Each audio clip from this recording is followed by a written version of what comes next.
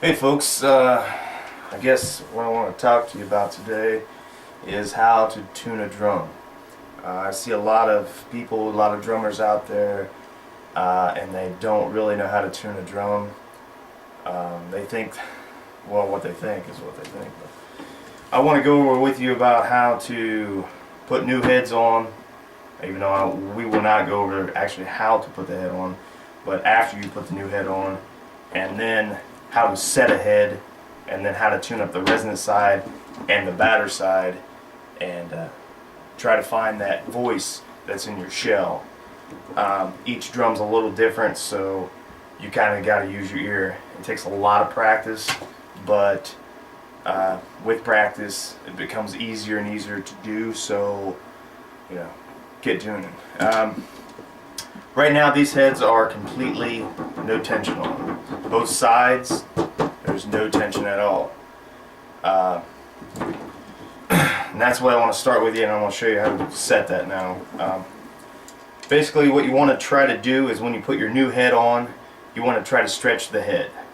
So when you tune it up, it stays in tune. Because if you don't, and you put a new head on, you tune it up, you'll find out after you play for a little bit that, man, my drum is went out of tune, and you're going to be constantly trying to play and tune your drums at the same time, and that just creates headaches.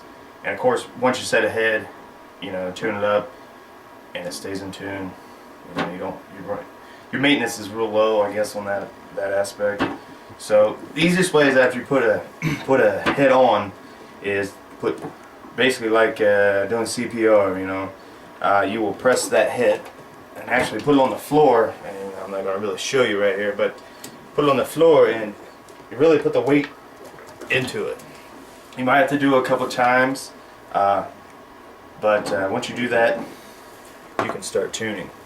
Now, most people make a big mistake when they're tuning also is they try to tune in a circle. That is very, very wrong. You should think of it as putting a car tire on. You tune it to the opposite lugs every time.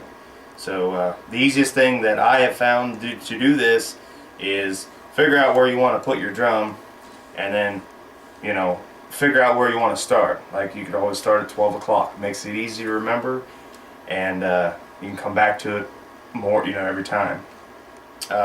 So here we go. And what you want to start doing first is just getting some tension on the head itself, and that way you can figure it out. You don't want any flat spots in there, so you want to make sure you kind of get about the same amount of pressure all the way around this head. And once you start getting some tone, and by the way, so you want to rest this on your lap to keep the other head dead.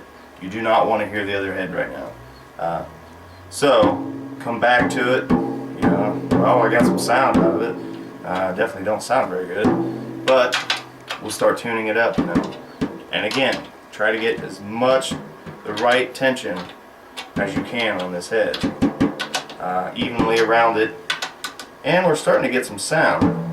So now take a stick. Don't try to use a drum key to tune one like that. You can have a fatal mistake and actually break your head. These heads, don't like sharp objects, so be aware and try to use a drumstick, because that's what you're actually going to be hitting this thing with. Of course, you use mallets and anything else, but you're not going to be using your hands, so you shouldn't tune it with your hands. There's a couple different ways to go about, I guess, trying to find the evenness in the head. I've seen people do this, and I want to talk about it today. Is they'll put their finger in the center of this head.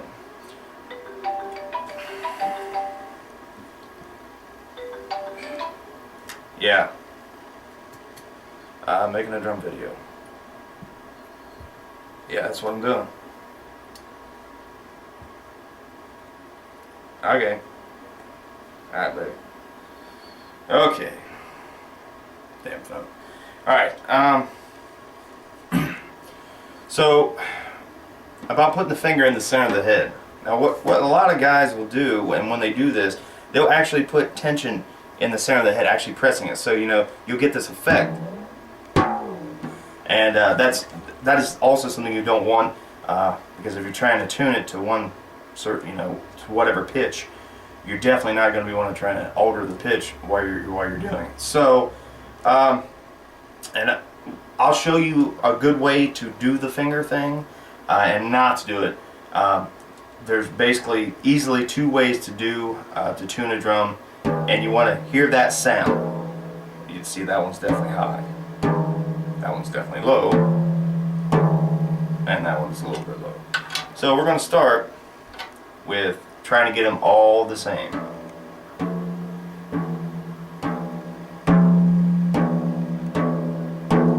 See, that one's definitely low. When you start getting close to having them in tune,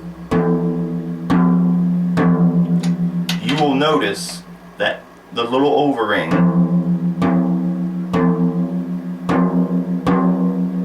that's in there will kind of go away.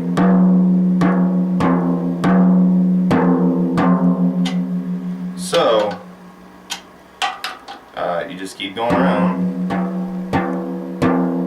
So that one's definitely low.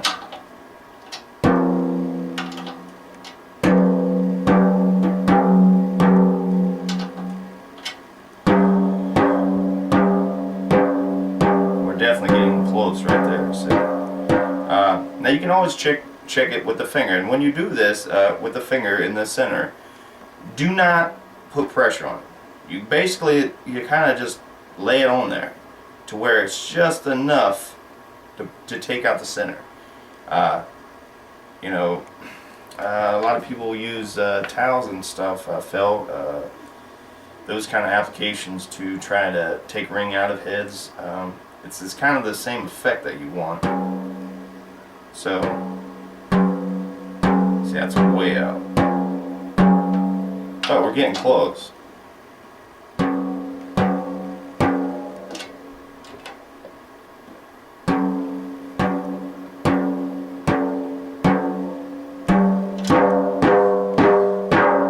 And so also, a lot of guys, I've seen people do it, put heavy heads on the bottom, and then they tune them really low.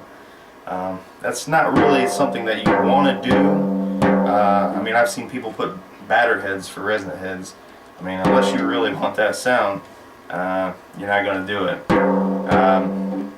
Most people don't understand about tuning a drum is that they will tune the batter head instead of the resonant head. And the problem is, when drums are projected from not behind the kit, but from the outside, the crowd, I guess, they actually hear more of this side than this side.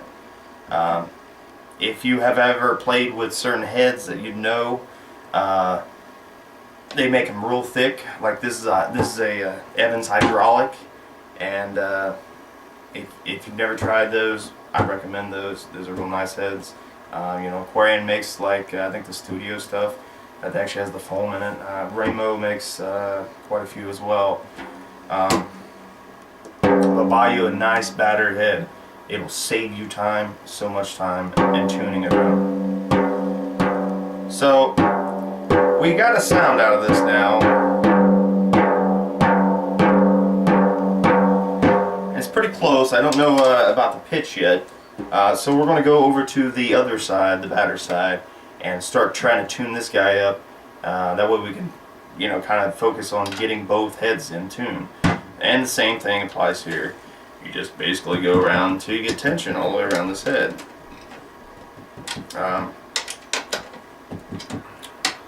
You can always reset. Once you get a little tension, you can set your head again. Actually, all I'm going to do right here, since this side is actually the side that takes a good beating, we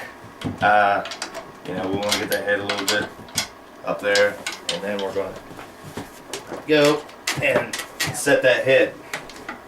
And now we have some, well, that sounds great, doesn't it? So let's get some tension out here on this guy, and we'll start tuning it up. Ooh, that's quite good.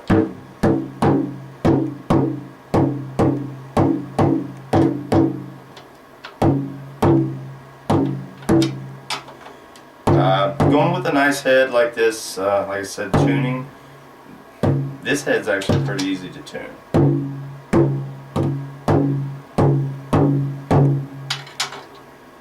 And again, you just have to listen to those the overtones and stuff, and you want to get that as even as you can before you go on. And here we go. This would be, and that definitely is pretty not bad. I mean, you can always tune your heads. There's different ways to tune the whole drum itself. I guess the first thing you should always try to achieve is getting your heads matched in pitch, and then you kind of have to find that sweet spot within the shell. Different applications also, in the studio or doing a live arenas and stuff. Those the tuning of it will be a little bit different. A lot of times guys in studios will actually do matching, completely matching, or they'll actually tune them up, the resonant head a little bit higher than the batter head. However, a lot of the arenas will have you tune the opposite, and that's how they get that boom, real big boom sound out of them. So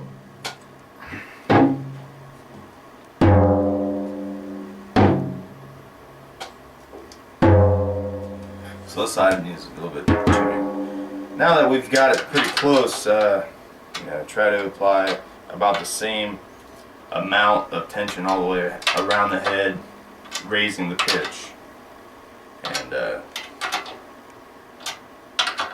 get that pitch a little better, and then retune as well.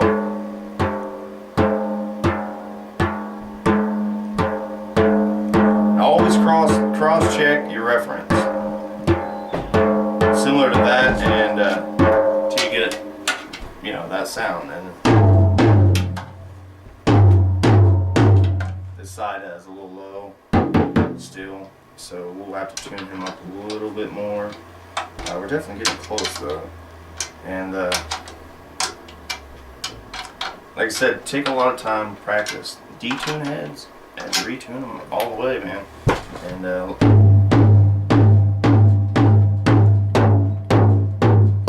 that sounds pretty good, decent. Ooh, that's a little low. Fine tuning is the biggest thing, man.